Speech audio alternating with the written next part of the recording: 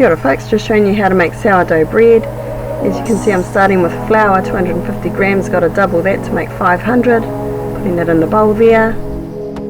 Next we've got 10 grams of salt, 125 grams of leaven, and then 350 grams of warm water.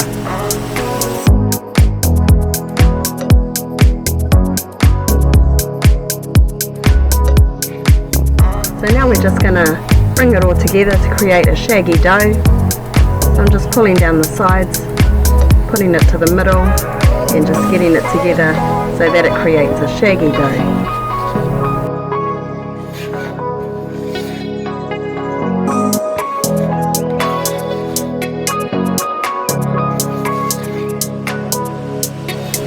Some people like to use their hand and bring all the dough together, but I find it quite sticky. I'll just use my spatula and then I'll bring it together at the end with my fingers.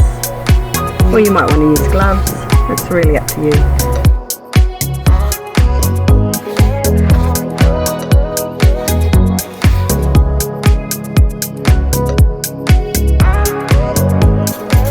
You might be wondering about the leaven that I had at the beginning of the video.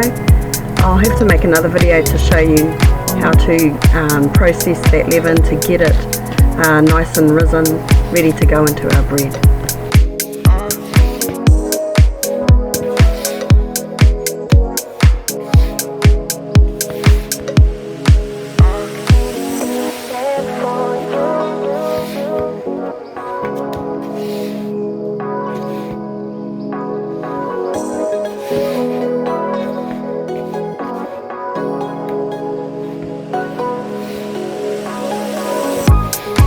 Hey, thanks for your patience there. It takes a little while to bring it together, but eventually it comes together and we've just created our shaggy dough.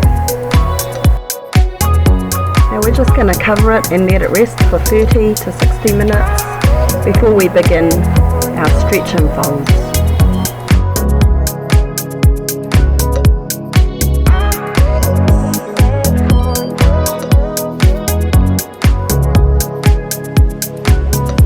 Okay, so now we begin our stretch and folds. This is going to be the first of 4. So here we go, I'll show you how to do it.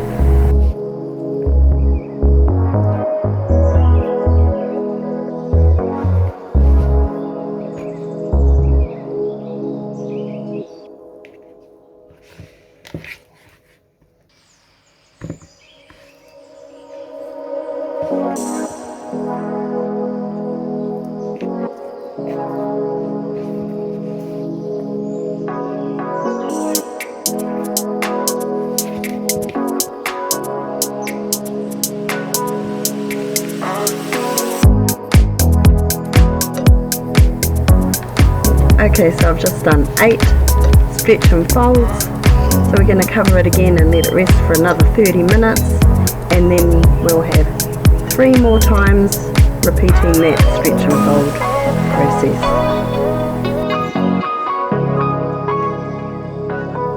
As you can see, I'm dipping my hands in water because it seems to help the dough not to stick to my fingers.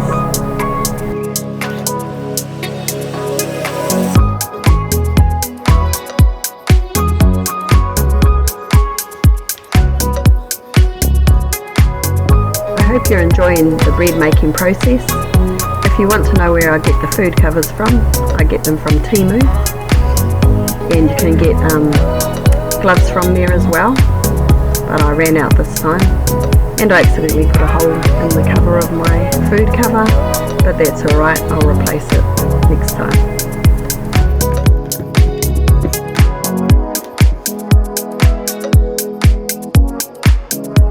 Again, we're going to put our timer on 30 minutes to let our dough rest, and then we'll do another 2 sets of stretch and folds.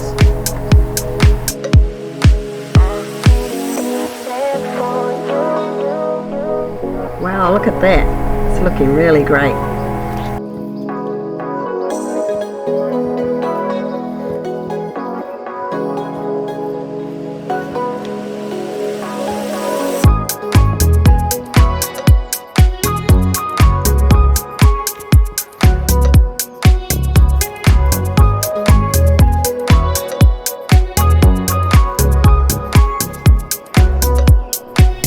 don't forget to count 8 stretches.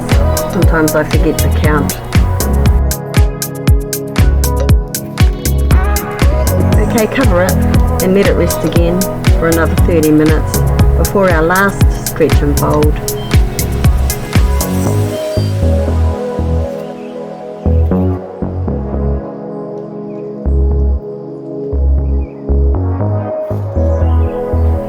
Look at that, it's really starting to look the part.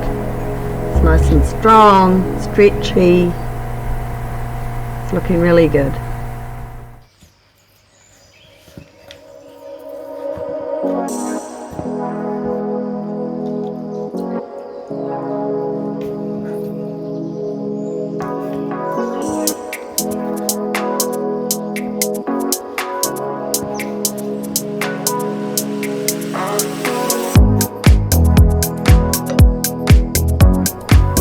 Made it. The stretch and fold process took 2 hours altogether. So now we're just going to put the timer on a minimum of 2 hours, between 2 and 6 hours, to let the dough rise and to at least double in size.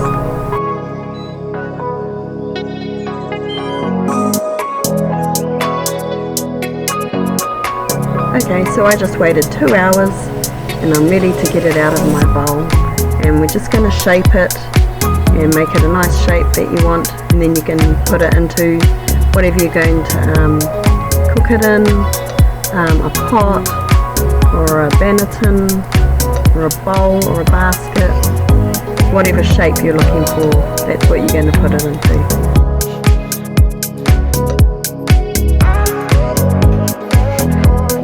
Another cool kitchen gadget there, a food scraper of some sort.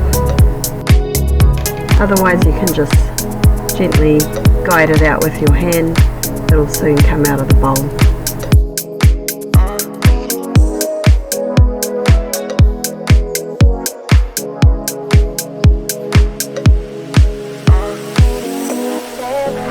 As you can see, I'm shaping it now, just turning it, a little bit of flour on the hands, and just turning it and putting it into a nice shape before I put it into my bowl or my pot or whatever I'm cooking with.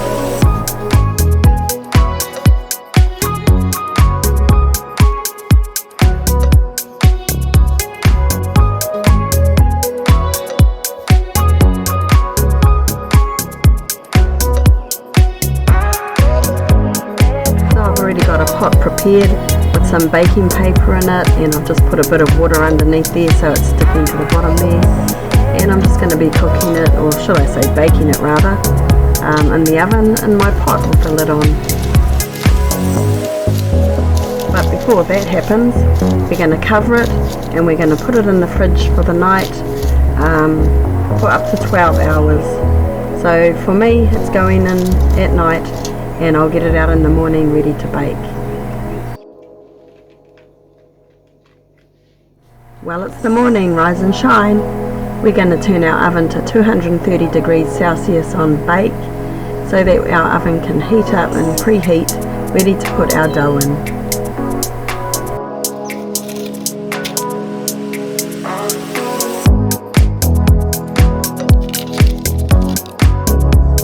So what I've got here is called a bread lane, and you can find these on Temu. We're just going to score our bread down the middle, and then we're going to spray it with a lot of water, and you'll see that I'll also put some ice cubes underneath the paper down the sides there. So just watch and see how we do it.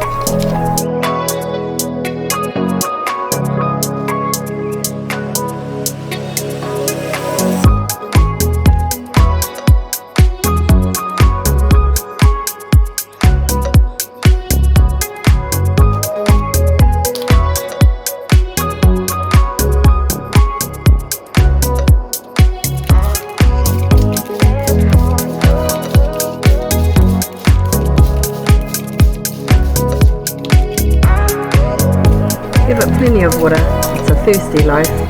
Sourdough bread likes to be moist so that it can keep all the steam in, and it can be a lovely moist bread by the time it's finished baking.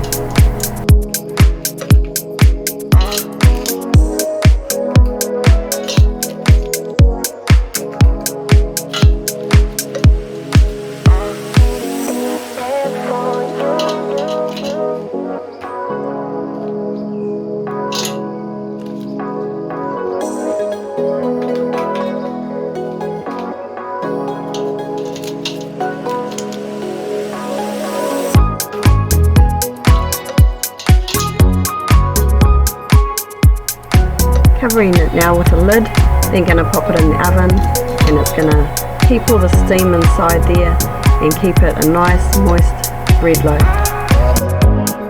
So after 20 minutes of baking, now we're going to turn our oven down to 210 degrees Celsius, and we're going to remove the lid to cook for another 20 minutes.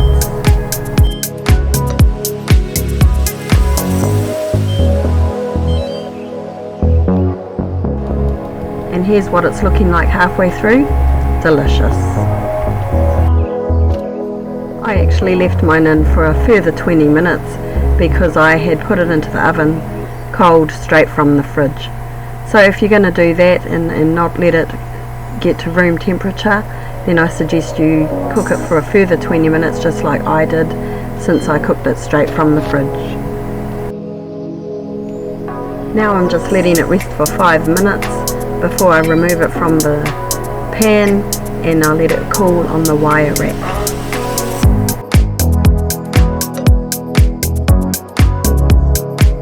This is what it's looking like underneath, and it feels very spongy, feels really nice.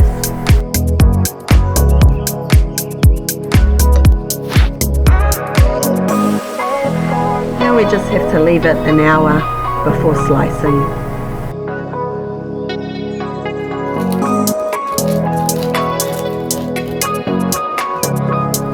Ooh, listen to that crunch. Well, took it to Mum's for lunch, and the knife was a little bit blunt, so bear with.